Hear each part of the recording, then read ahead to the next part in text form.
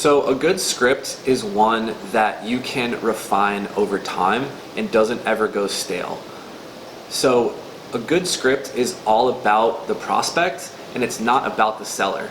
I think that's one of the big misconceptions is we want to talk about us and what we have, and we're not really attuned to what the prospect is sensing, feeling, and thinking while we're on the call with them. So a script has to resonate with the prospect, and that's why it continually has to change. As the market changes, so does our script. So the best thing to do is get on the phone and start to see what's working.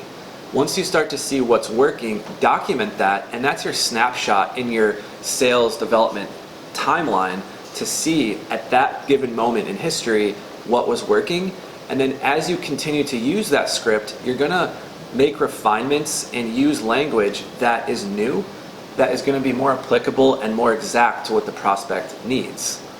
So that's kind of what we've done over the last few years is we have listened to the calls of our SDRs, we've adapted the script, and we've created a framework and components of a call that have been consistent throughout the whole time.